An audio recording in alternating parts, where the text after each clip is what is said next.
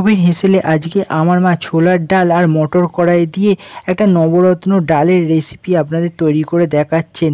আমার মায়ের তৈরি করা এই নবরত্ন ডালের রেসিপিটা আপনাদের কেমন লাগলো সেটা অতি অবশ্যই জানাতে ভুলবেন না। চলুন বন্ধুরা, আমার মা কিভাবে এই ডালের রেসিপিটা তৈরি করে আপনাদের দেখাচ্ছেন সেটা আমরা সকলেই দেখে নেব।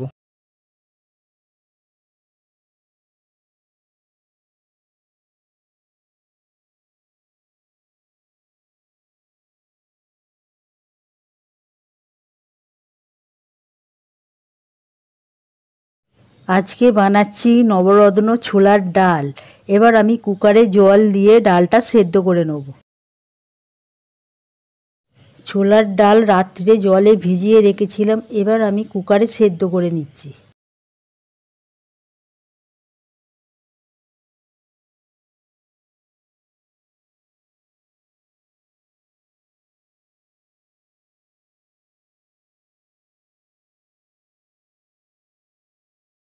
এবার আমি ছোলার ডালে 3টে কাঁচা লঙ্কা দিয়ে দিচ্ছি, 1 চামচ নুন দিয়ে দিচ্ছি, 1 চামচ হলুদ গুঁড়ো দিয়ে দিচ্ছি, 1 চামচ সর্ষের তেল দিয়ে মিশিয়ে এবার আমি প্রেসারে সেদ্ধ করে নিচ্ছি।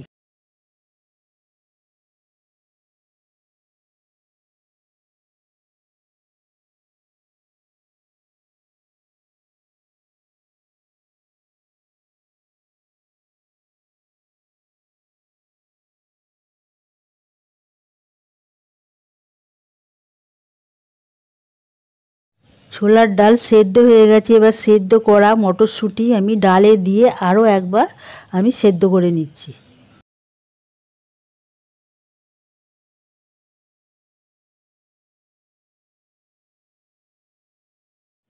ছোলার ডাল সেদ্ধ হয়ে গেছে কিনা হাতে টিপে দেখে নিচ্ছি।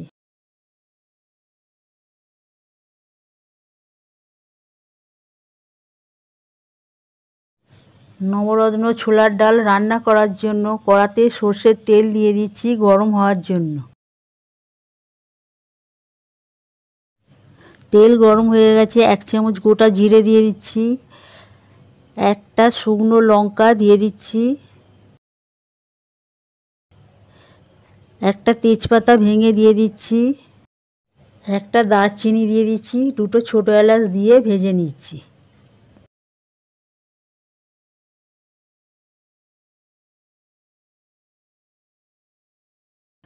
টুকরো করে কেটে রাখা আলু তেলে দিয়ে ভেজে নিচ্ছি।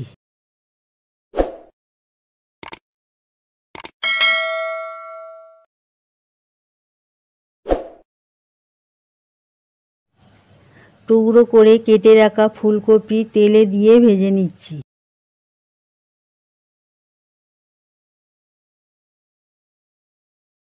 টুকরো করে কেটে রাখা গাজর তেলে দিয়ে ভেজে নিচ্ছি।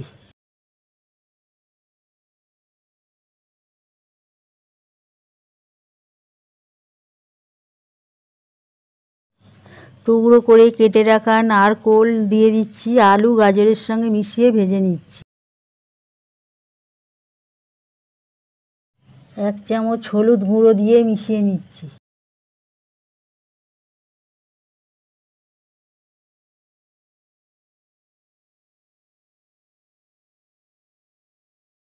এক চামচ আদা বাটা দিয়ে মিশিয়ে ভেজে নিচ্ছি।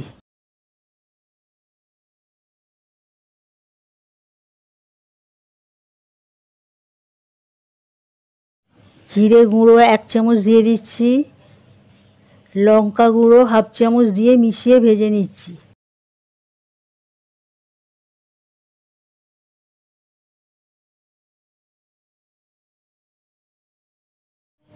স্বাদ মতো নুন দিয়ে মিশিয়ে ভেজে নিচ্ছি।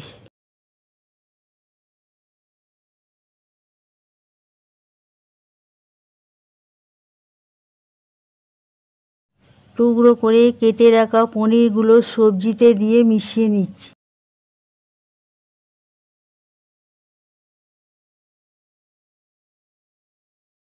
এক মুঠো কিশমিশ দিয়ে দিচ্ছি, 7-8টা কাজু বাদাম দিয়ে দিচ্ছি। এইবার আমি মিশিয়ে নিচ্ছি। সেদ্ধ করে রাখা ছোলার ডাল সবজিতে আমি ঢেলে দিচ্ছি। সেদ্ধ করে রাখা ছোলার ডাল সবজিতে ঢেলে দিয়েছি। এবার আমি মিশিয়ে নিচ্ছি। 2 গ্লাস জল দিয়ে মিশিয়ে নিচ্ছি।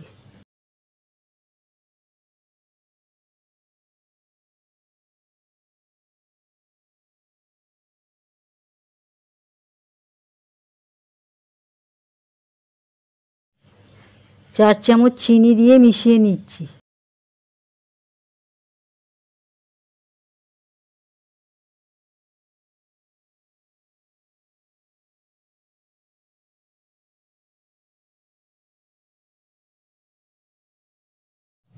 হাফ চামচ গরম মশলার গুঁড়ো দিয়ে মিশিয়ে এবার আমি চাপা দিয়ে দিচ্ছি। 5 থেকে 10 মিনিট আমি চাপা দিয়ে দেবো ডাল সেদ্ধ হওয়ার জন্য।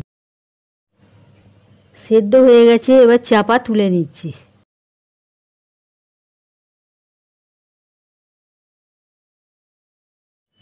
নবরত্ন ছোলার ডাল তৈরি হয়ে গেছে।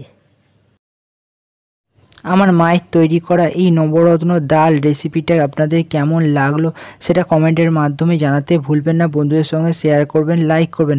আরও একটা নতুন আর আরও ভালো রেসিপি নিয়ে আপনাদের সামনে হাজির হয়ে যাব এর পরের সপ্তাহে।